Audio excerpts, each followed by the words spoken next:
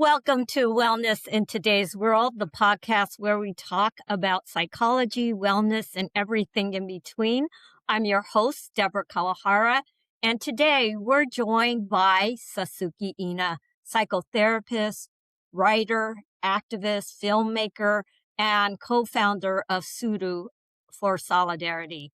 Born while her family was incarcerated in Tule Lake during World War II, Satsuki's life and work has been devoted to understanding how historical injustice and trauma lives on in our bodies, families, and communities.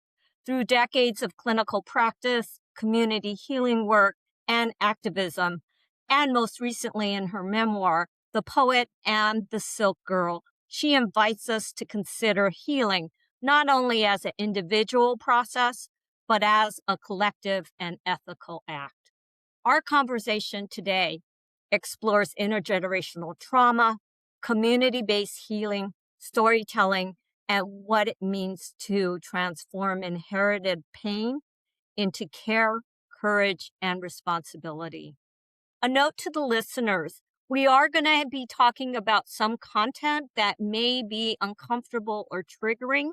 Please do what you need to do to take care of yourself. If you need to pause, if you need to step away, please do so. With that, I'd like to welcome Satsuki to the podcast. I really want to thank you for being here today. Thank you, Debra. It's a pleasure to be here. I have been so looking forward to our conversation. And, like I talked about in the intro about you, you hold so many different roles, psychotherapist, writer, activist, someone that was born into incarceration. So I wanted to start off with you describing how your journey has evolved over time. Well, that's a big question. I think the legacy of having been born doing time has always kind of haunted me. Maybe unconsciously, I was drawn to the whole area of trauma and particularly interested in studying and understanding childhood trauma because it was not just me or my family, but it was my entire community. So it was a collective form of trauma that led to our removal and the consequences following that. So I've been very immersed in the Japanese American community where I was raised in San Francisco. And then later on, wherever I went as part of my career was the subject of my 2 documentary films and my recent book.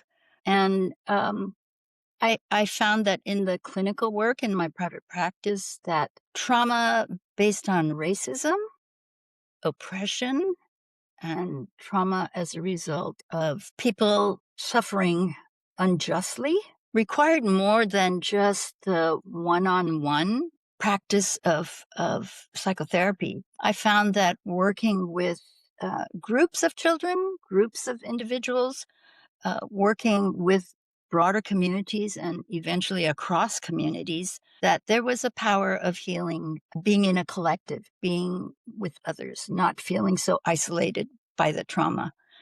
So that's been my area of work and of interest. It's clear that it's emerged from my own experience of parents who raised children. There's my brother and I in the prison camps in this particular setting, and that it set the tone for how my parents transmitted to me elements of their trauma, level of anxiety and need to consciously and constantly be aware of ways in which people are reacting to me and how to fit in so not to bring more animosity towards me or my family. So there was this haunting of having been unjustly incarcerated that followed me around that felt complicated and deep and unspoken.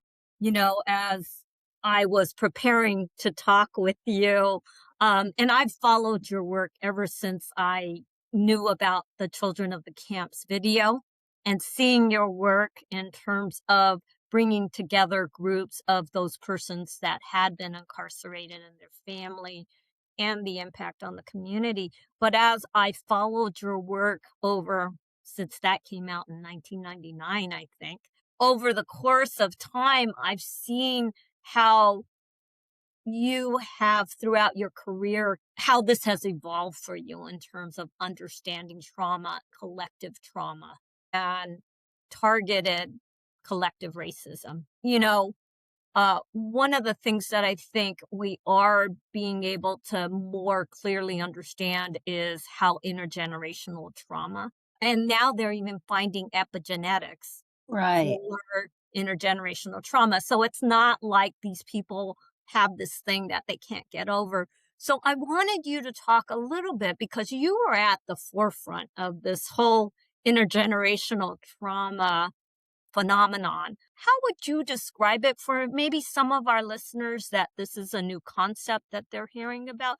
How would you describe that intergenerational trauma as you have learned over the course of your career? Yeah, thank you for that question. It's been an important part of my research and learning. When I was a kid growing up in the Japanese American community after the war, the message that the children got was that you were too young. You weren't aware of what was going on. You didn't understand the racism. You didn't understand the losses. So you were just a kid. So the message was that my siblings and my cohort shouldn't bother with concern about our origins. But it never sat right with me. It never sat right with me, especially just when I reflected on myself, going to school, getting training, and doing all of that. It's an important part of being a therapist to reflect on your own direct experience and knowing yourself. So as I tried to lay out for myself, what was it that was this unspoken anxiety in my family? I began to research, study, and then evident in the therapy work that I did was this element that continued. And so when I tried to explain it to people, I tell them, my parents tried to protect me from the trauma of being imprisoned, of being underfed, of being targeted. And then, even after we were released from the prison camp, the racism that was rampant post war was that children learn from the way their parents interact with you, interact with each other, interact with the larger society. There was this level of caution that was ever present in my household. The way I describe it to people is the unspoken message has so much power because you can't exactly name it, but you're very sensitive to it and respond to it. And for us, it was because our incarceration and the suffering my parents experienced was not because of anything they did.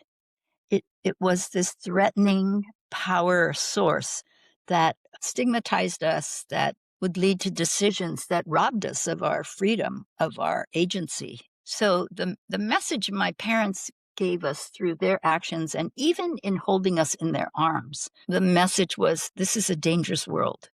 This is a world in which you have to be cautious, you have to be aware, you have to be reading other people all of the time. So there was this other-oriented way of growing up.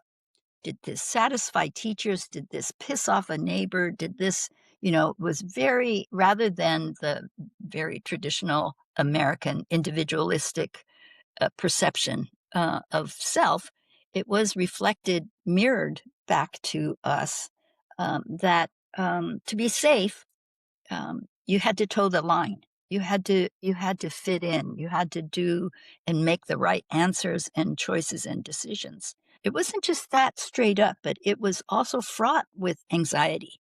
There was this unspoken danger that if you didn't get all the best grades, if you didn't do everything that was expected of you in school or by others, that something really awful, horrific could happen. Now, current research on epigenetics is saying that the messaging about trauma is conveyed through genetic interaction and the chemical reactions to that, so that it becomes ingrained in part of the nervous system. Now, there's lots of controversy about this, and there's still lots of research that needs to take place. But with that in the background, just talking to people about what guided their perception of themselves, and mostly what are the things that inhibited your creativity, your excitement, your initiation of things. It would often boil down to this need to meet the expectations of the outer world. We had to be the model minority. We needed to be the best in math. We had to, whatever the stereotypes were, they formed kind of a limiting force for who we are. So today, my generation of third generation Japanese Americans, many of us who were children in the prison camps, we have very few creatives in our world. We don't have a lot of actors and singers and performers and poets and musicians. They are starting to show up in the next generation, in my children's lives. But for us, it was instead of being an artist, you need to be an engineer, or instead of being a singer or even a comedian or something that was really self expressive, if it didn't meet the safety zone, it was something that we didn't challenge. It was so strongly communicated. I think it starts from in utero, the amount of anxiety that the mother is carrying. And my mother was inside of a prison camp without knowing what her future was going to be, how long they were going to be punished, and why. She was pregnant and gave birth to both me and my older brother. I think when you think about the chemistry of always being in an anxious state, the amount of cortisone and adrenaline that was running in my mother's body while she was pregnant with us set a certain limit of anxiety symptoms in us.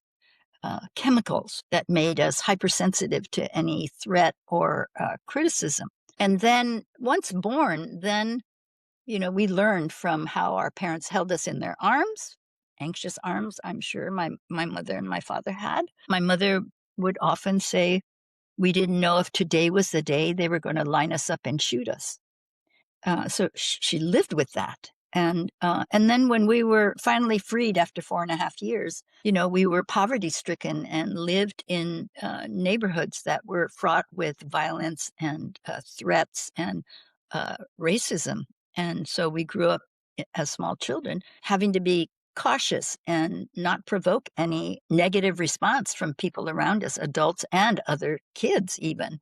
Then when you grow up in a community where the whole community, everybody, the neighbor, because we were so poor, we're not allowed right after the war to even rent housing in other districts or go to school in any district of our choice and neighborhoods. We grew up in our community transplanted as a whole into Japantowns on the West Coast, particularly where I grew up in San Francisco.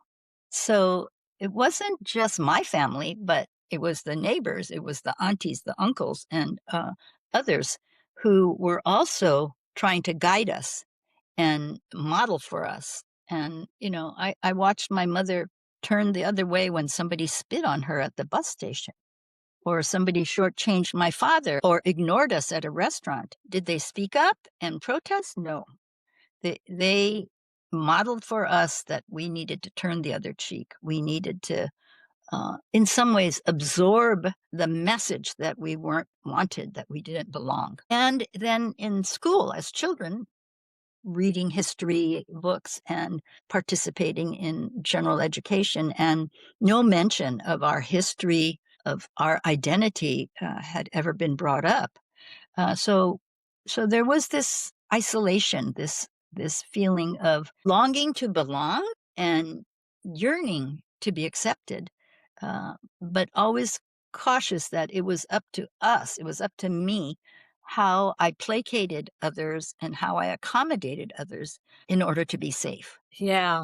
I had so many different thoughts going through my mind as you were talking. I mean, my own research on the generational impact on children of incarcerees, it made me go back to any group that's having to deal with a collective trauma. And so very much my research was guided by the research that was done on Holocaust survivors and their children. And what it really made me think about is, they talk about the anxiety.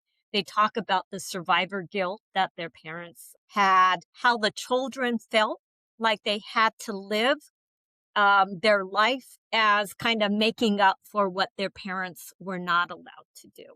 Right. And then the assumptions that you were talking about the world being unsafe or dangerous, right? That this isn't a just world, that justice is not going to prevail. But the one thing that I guess for the Japanese and Japanese American community that I think, Donna Nagata was someone that her influential research made me want to study this more. But that silence and what you talked about, that invisibility, but I also think that hypervisibility. So you're very much visible when they are targeting and attacking, but very silent and invisible in terms of having voice and having agency, Yeah. And I think in addition to that is, I was growing up in a household that had been traumatized. Mm-hmm. And in that way, my parents didn't talk about what happened. And Yeah. many of the Japanese American families that I've interviewed had the same circumstance. Most people my age will say, my parents never talked about it. Well, that's a consequence of trauma, that we compartmentalize what was overwhelming for us, that couldn't be coped with through everyday living. And so that silent part is what I realized that I always felt had been haunting. Like, I didn't know how many secrets my parents had about what they had Mhm. to endure. I didn't know about the choices they were forced to make that were forced upon them by the US military and the government. And Donna Nagata describes this very well. There was this distance between me and my parents because there seemed to be so much quietness in wanting to know them, wanting to know us. It took many years afterwards that I would look back on my family and I could see why it started to make sense that my father never answered the door when someone knocked on the door. He refused to ever answer the telephone when a call came in. And over time, I would start wanting to have these conversations to try and make sense out of it. And he never talked about it, but my mother said she felt that he was ashamed that he still had a Japanese accent. And if it was a white official or somebody calling regarding taxes or whatever, it could have been government connected, that he didn't want to cause problems because his English was imperfect.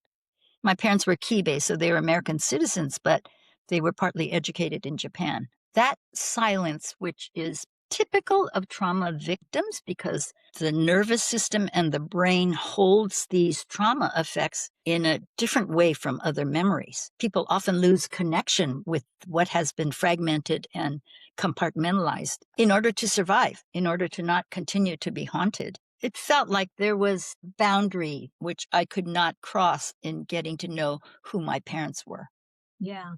It's interesting because I also know within Donna Nagata's research what she said as she looked at children who knew their parents went through something difficult, horrendous, but that they knew there was kind of this unsaid boundary that they didn't want to talk to their parents because they wanted to respect whatever their parents had gone through. They knew it was terrible. They knew it was so deeply seated in their parents, but they didn't want to cross to ask them about it.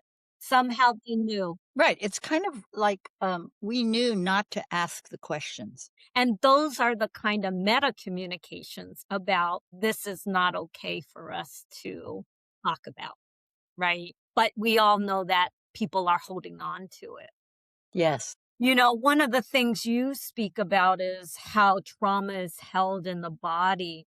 And I know that when they've looked at data in terms of health conditions for the incarcerees in terms of these prisoners, that there is something in terms of higher rates of health illnesses. How does somatic awareness inform your the therapeutic work? Because I know that's a part of this. Yes, it was Gwen Jensen's work. She was a medical anthropologist who was the only researcher that actually collected data comparing Japanese American men who were incarcerated with Japanese American men who were not. That other group was Japanese American Hawaiians who lived in Hawaii. Her results were astonishing. The rate of suicide, reported depression, and then the health issues, that there was a higher rate of stomach cancer, of blood pressure issues related to being anxious all of the time, essentially fearful. Those studies helped me focus on ways in which trauma has impacted our families, but children who growing up with the messaging that they got. And in some ways, are recreating this level of disturbance without being able to name it. By the time I was essentially finished with my graduate studies is when the whole field of somatic experiencing became so important. I was intrigued by it and took some classes and was really interested in understanding and researching from it. But I never became a practitioner doing somatic experiencing. But my work involved using the whole person, getting them to identify places in their bodies where they felt this anxiety, or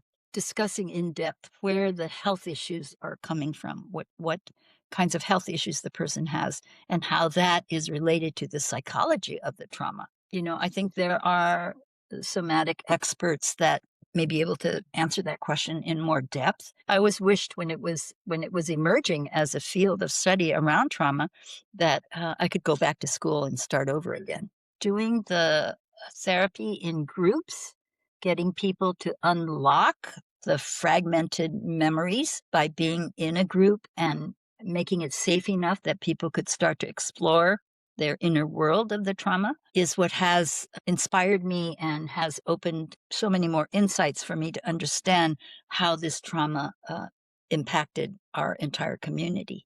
As you're talking about that group work, and I talked about Children's of the Camps, which I think is a beautiful film in showing the power of group processing. I know you have spoken about the limitations of individual psychotherapy for historical or collective trauma.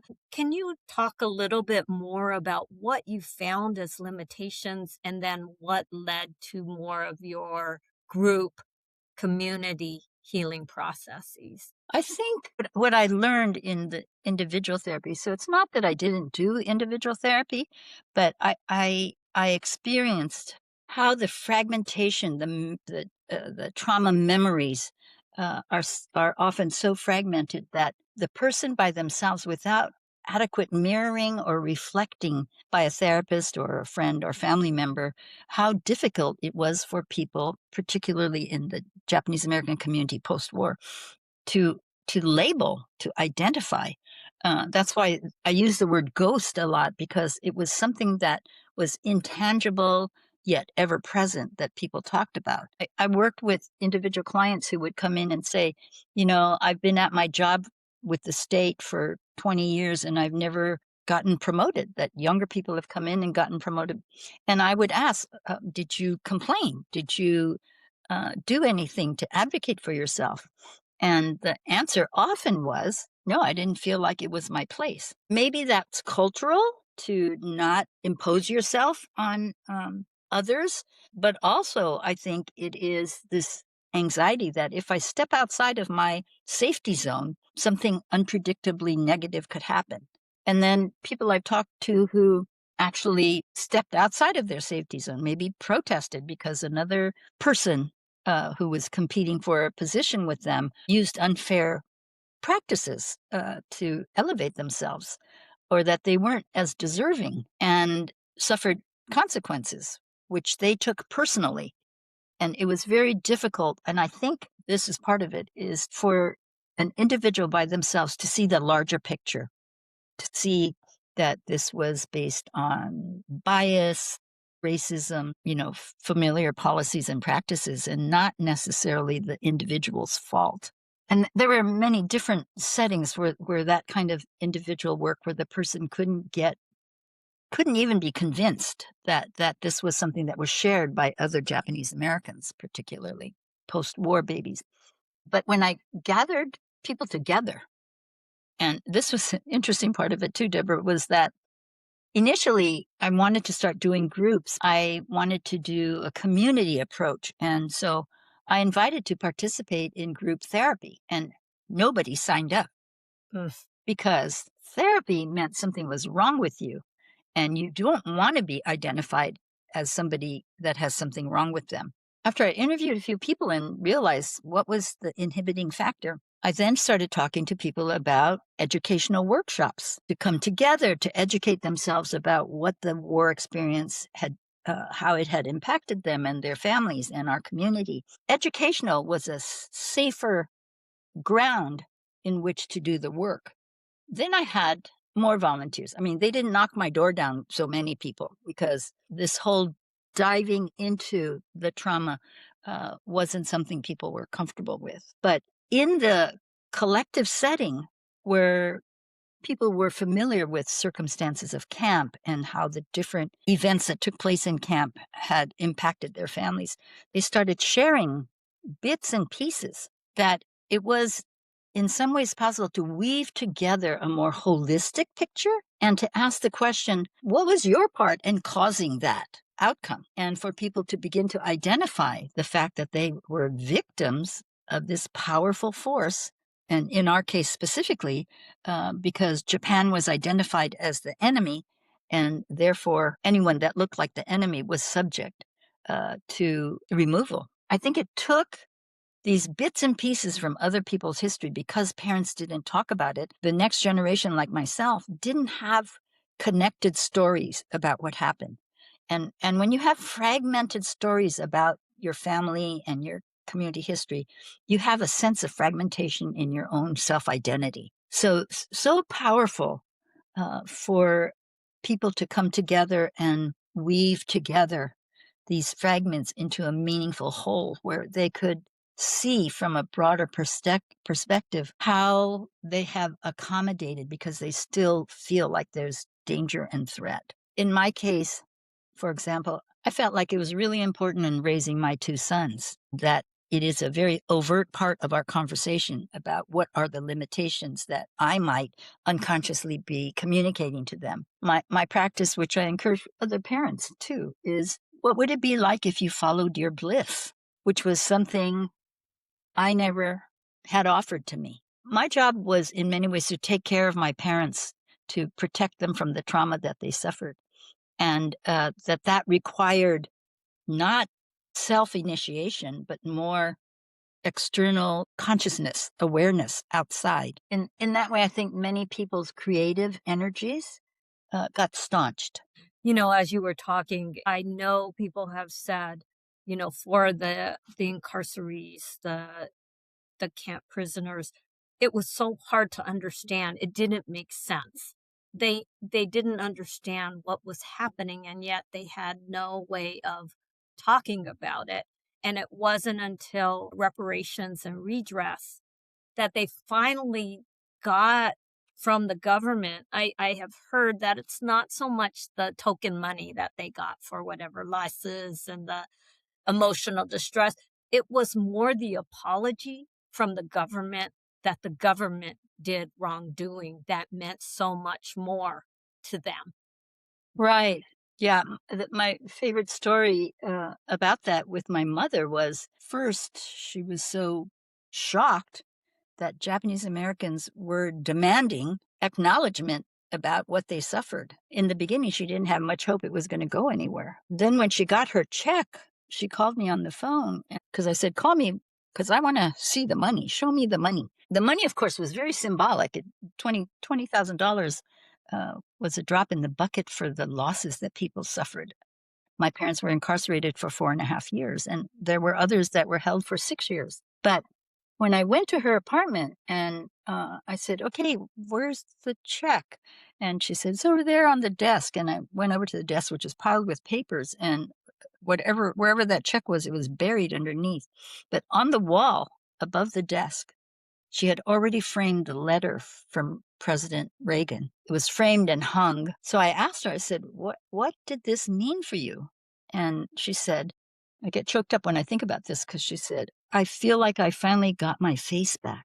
Mm, mm. Because she had internalized so much shame. Japanese culture is very collective. To be Yes. cast out is full of shame, whether it was your fault or not.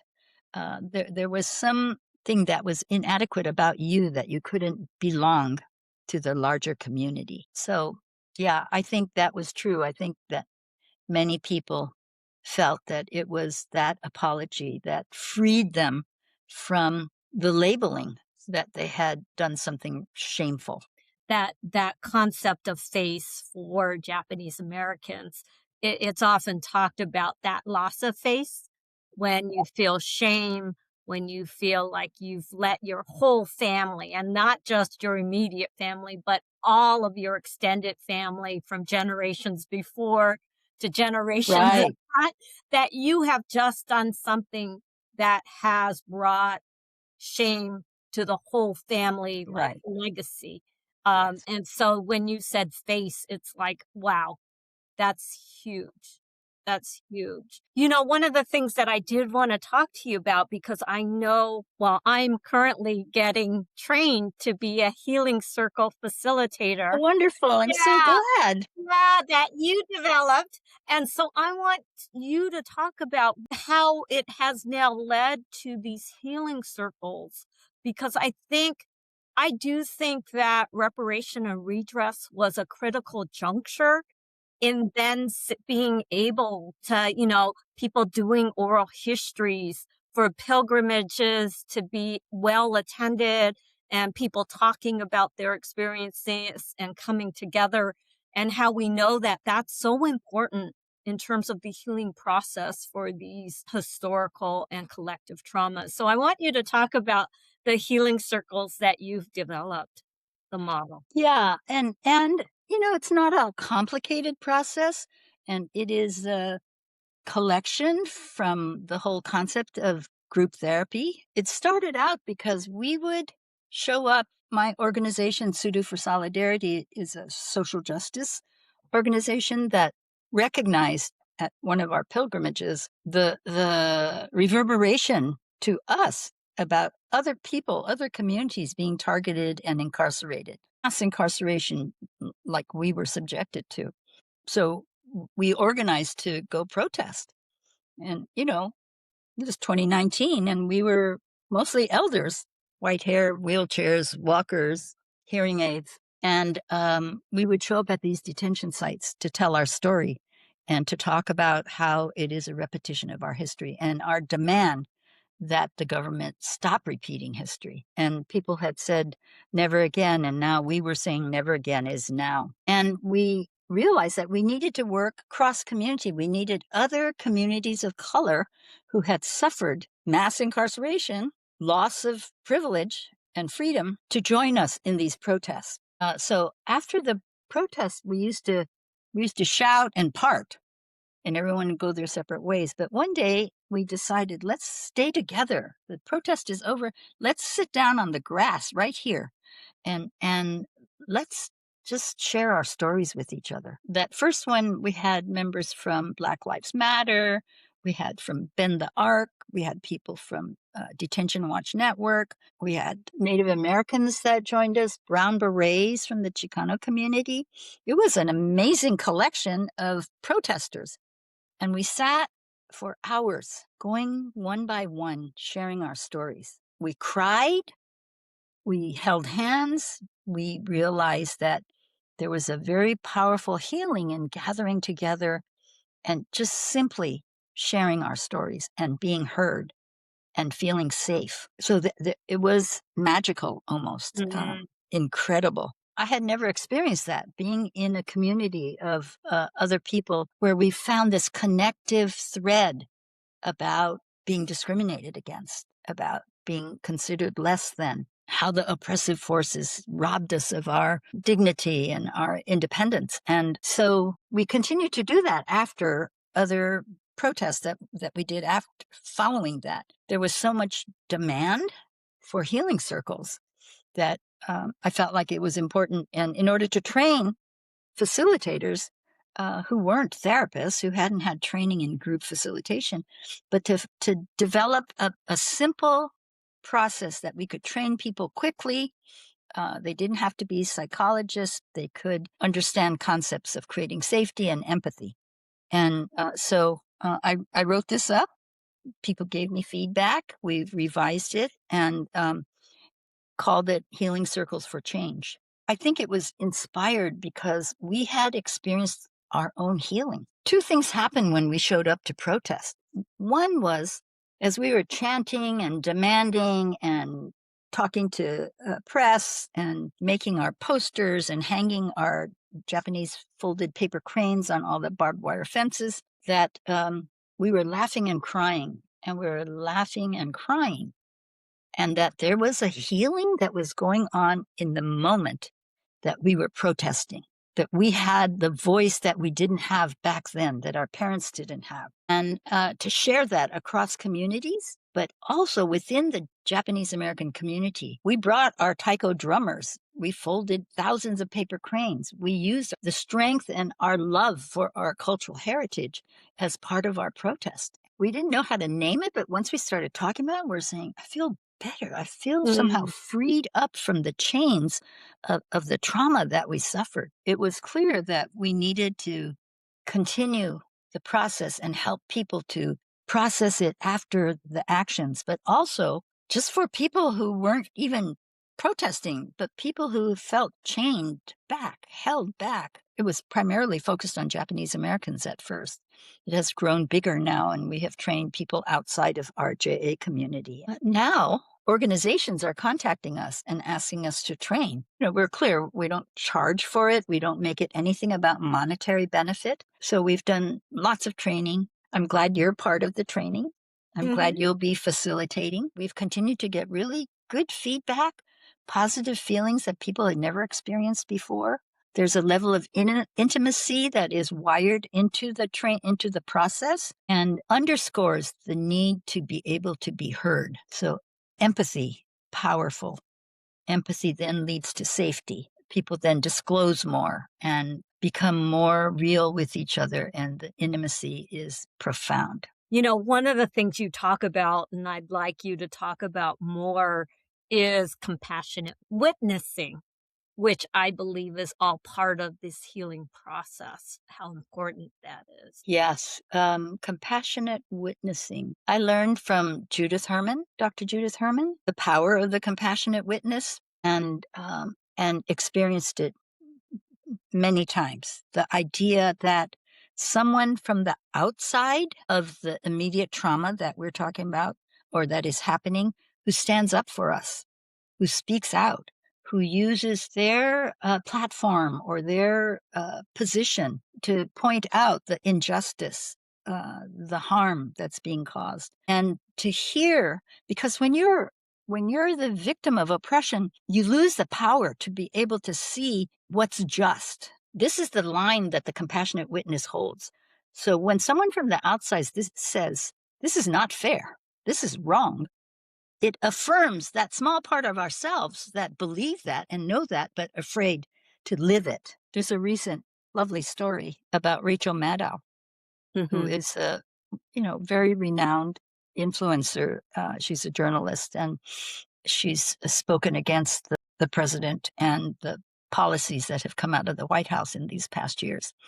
And she did a whole podcast called Burn Order from the perspective of a compassionate witness. It was so powerful. She's a white woman with power and influence, but she took on our story and built this incredible podcast. She was so respectful because she included voices of people in our own community, sharing their stories about what they experienced to validate the points that she was making.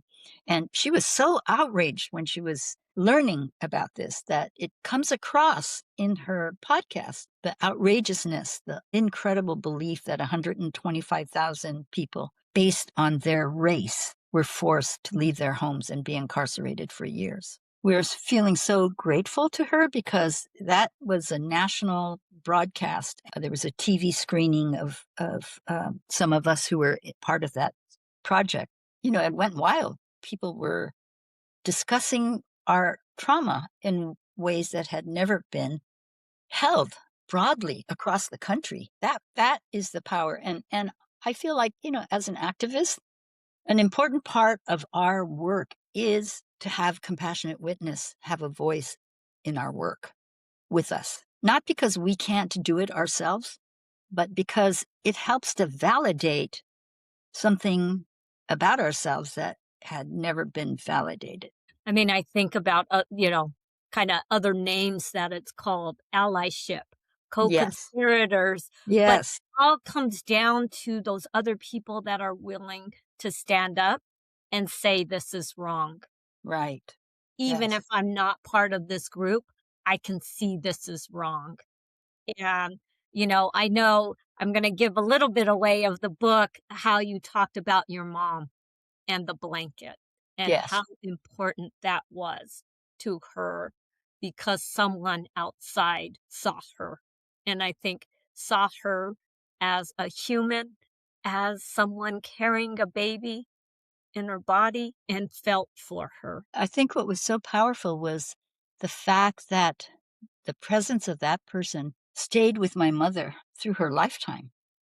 Mhm. So that was her statement when I said, okay, that blanket is so ratty now. Let's get you a new blanket. And she refused. I knew the story that this woman from the American Friends Service Committee, while my mother was in the prison camp in Tanforan, had tossed over the fence this quilted blanket to her that she was still holding on to when she was failing. She said, no, don't take this blanket away. And I asked her, well, what does this blanket mean for you? And she said, this blanket helped me to remember that somebody outside cared. And that was the inspiration for our protest. There were parts of us that wanted to just break into those detention sites and free the people kind of thing.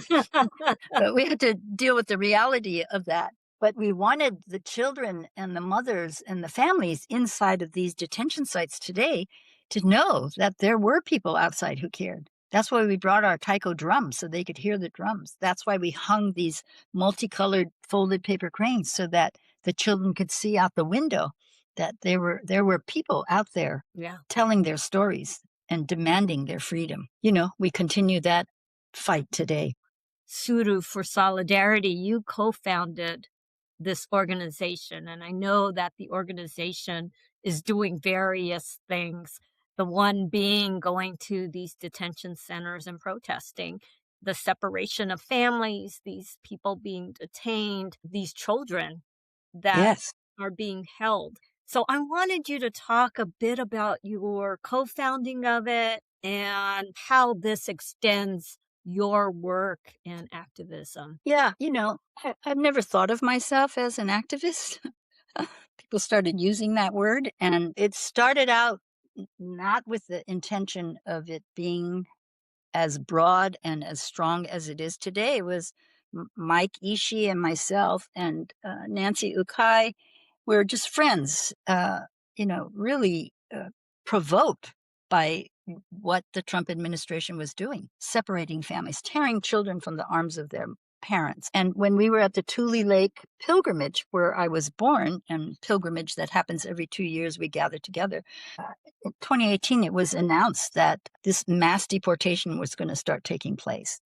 And we so identified with what was happening, families being separated, mass deportation, placed in prison camps, being targeted. We started gathering together and started talking about, what do we do?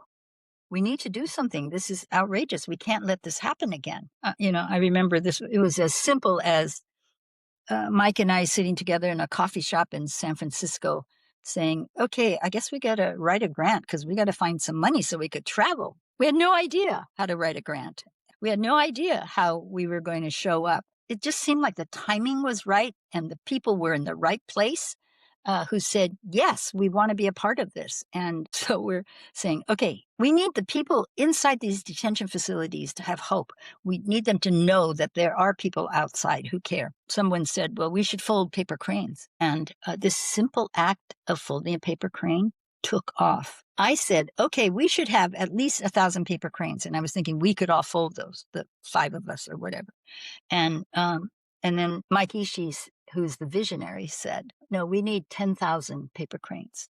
So then we contacted family, friends, neighbors, and it's an activity that we all learned as children. So there were generations of people who knew how to make these paper cranes. And by the time we arrived at the detention site in South Texas, 30,000 paper cranes had been sent to us. We had boxes and boxes in the storage unit that we had to unpack and recruit as many people as possible just to hang the paper cranes along the barbed wire fence. So it took on a life of its own. And other people from other communities wanted to learn how to fold paper cranes. And so we were on the side teaching people how to fold paper cranes as the rest of us were hanging them on the fence. And, paper cranes are a symbol of hope and peace. So it is now our moniker. It is our organization called Tsuru for Solidarity. And Tsuru is the paper origami cranes symbolizing peace and hope. Powerful. Yeah, it tapped into our cultural heritage and our connection to being Japanese, which we had shed. Many of us had tried to disconnect from the source of what led to our forced removal. We didn't want to be identified as Japanese, many of us afterwards. But we felt it was really important for our healing to reclaim our cultural heritage. And that's why we brought in the taiko drummers and we did a obon dance and we sang Japanese children's songs and we learned Spanish children's songs to sing to the children while they were watching from the windows at the detention site. How very wonderful. All right, I'm going to switch gears a little bit, and I'm going to talk about your most recent book, The Poet and the Silk Girl. I just kind of wanted to talk first about what prompted you to write this book and why was now the right time to do it? I think what prompted me was nothing that came from me. It was a discovery of my parents' letters. They were separated and put into 2 different prison camps. And after they passed, I found 182 letters that they had exchanged. These are all censored letters because correspondence was read by military folks, huge portions cut out. And then also I found my mother's diaries. She kept a diary from the day she was married all through camp. And my father he was a poet and he kept a haiku journal of his incarceration. When I discovered all of these pieces, I realized that big parts of it were in Japanese because that was the language that they had gone to school with. So I couldn't read it. It's one of the greatest losses of our incarceration. Our survival afterwards was to have as much proximity to whiteness as possible. So we lost our language and we lost sight of our cultural heritage in many ways. So I couldn't read these letters. I knew that eventually I'd have to find the right translator. And it happened while I was teaching that I had a graduate student from Japan who was a psychology major who had the sensitivity to pick up nuances because she was training as a therapist. She was very dialed into the subtext of the messages as well. She and I worked together for 3 years. It was like a side job because I was teaching, raising my family and doing all of that. But she needed me to be a co-translator because sometimes the language didn't really capture what was happening. So she would say things like, we went to the dining room for our meals, and then I'd have to correct it and say, these were mess halls. These were mass areas where people walked by and got food dumped into their tin plates. It wasn't a bathroom. It was a latrine, things like that. So it took us a while to do the translation, and she was amazing and wonderful. So the motivation was there all along, but I think there was some of my own anxiety about really learning what my parents went through. And it wasn't until the convergence of all of these elements came together to decide that I'm going to write a book. But the book I had intended to write was going to be primary resource only. It was going to be my parents' letters, their journals, their diaries. because I thought this would be great for researchers, scholars, educators to use as primary resource so they could further the information about what happened in the prison camps. So to have a diary meant that you could have first person in the moment describing what's happening. Very rare documentation. I don't know if my parents kept that because they intended that it would eventually somehow become a resource to people, but they were meticulous. So I always felt the pressure that I needed to do that. When I decided to publish it, it was a 700-page document with all the letters and the translation. I took it to a couple of editors who weren't interested in the subject matter. And then Heyday Press, the company that finally published the book, the head guy called me up and he said, we want to publish your book, but we need to talk to you first. So we had a meeting with Steve Wasserman and the chairman of the English department at UC Berkeley. They said, you have here an incredibly beautiful, meaningful piece of granite. And all you need to do now is to carve out the shape of it. Meaning you have to use your voice as the daughter to tell this story. You have to create the context, discuss the inner relationships, give the historical background. I carried those documents around for 15 years, and it took me another 5 years to write my part because I was reluctant. I didn't feel like my voice was needed. It's another one of those inhibiting forces.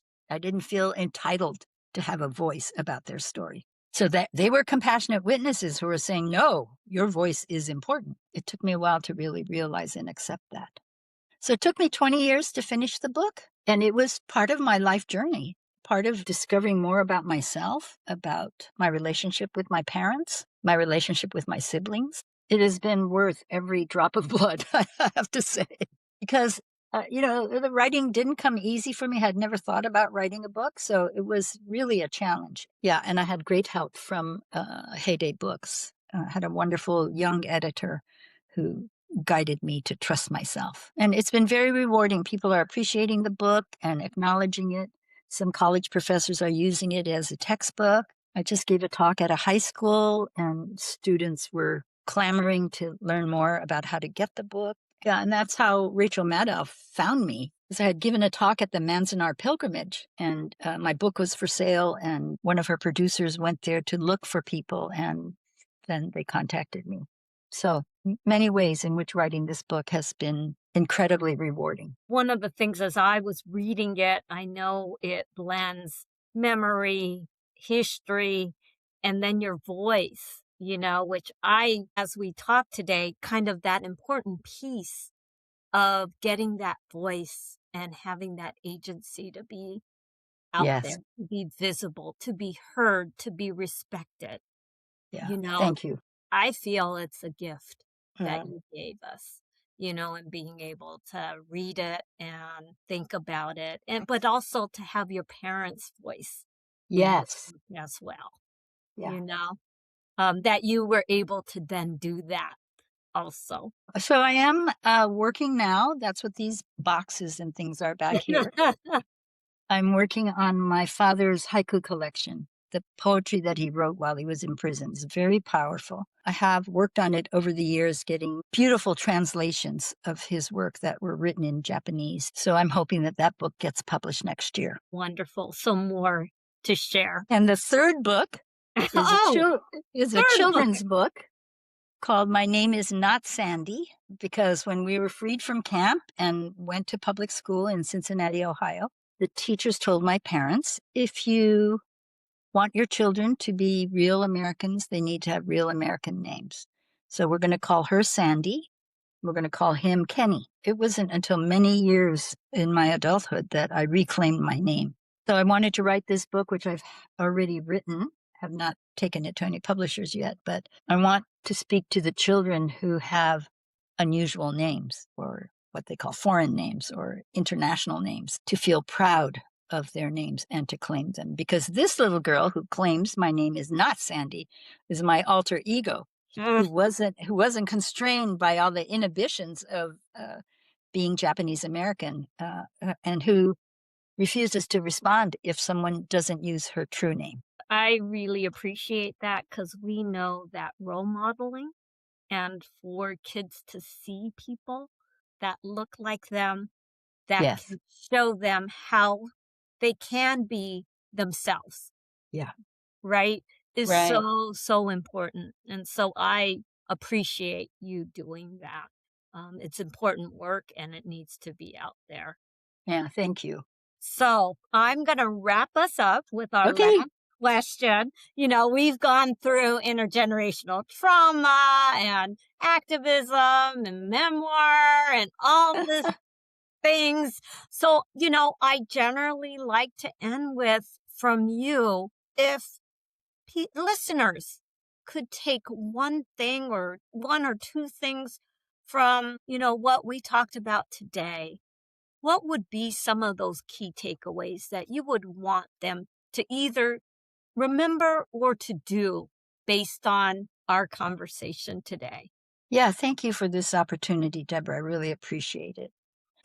If you're a listener who has experienced the trauma of the World War II incarceration, you know, my hope is that you will have the courage to speak out, to share your story, to learn your story. If you're a younger person who is a descendant of someone who was incarcerated, to ask the questions before we're all gone. Mm-hmm. And to take pride in the fact that we are survivors. We survived what could have destroyed us, and we are a vibrant community. And it's safer now to speak out than ever before. If you're not a part of the Japanese American community who dealt with this trauma directly, the role of the compassionate witness is always possible. It could be standing in line at a supermarket where the conversation comes up and a particular community of people are being targeted or someone is being stigmatized, to speak up, to not be a bystander, to stand up and speak out. To the compassionate witness means that it's somebody who gets what's happening in this moment about unfairness and injustice, and to name it. And for all people who happen to be listening to this podcast, to join the effort to protest nationally across the country. That mass mobilization, we at Tsuru for Solidarity really believe that it is an important element and pathway to making a change in our government structure, to stop going down the path of authoritarianism and fascism, to reclaim democracy and the right to be who we are without stigma. Whether that means making sure you vote, whether you go through your neighborhood asking people to make sure they vote, whether it's making a poster, whether it's educating somebody that doesn't know about the issue, in so many ways to start turning the corner on what is happening today that has really stopped almost every constitutional right that we have treasured in our lifetimes. It's because we're a democratic nation that the government was able to apologize and provide redress after a horrible, horrible criminal violation of the constitutional rights when we were incarcerated. And we need to reclaim that. Never forget. Never forget. Right. Suki, thank you so much for being willing to be a podcast guest. And thank you for sharing your lived experience and your wisdom with us today. I just feel like it's an absolute honor and privilege for us to hear you and your story. So thank you, Deborah. Thank you for the invitation and the opportunity. I really appreciate you.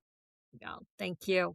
And for our listeners, thank you for being with us today. And as always, remember, wellness is a journey, not a destination. Please take good care of yourself, and we'll see you the next time. Thank you.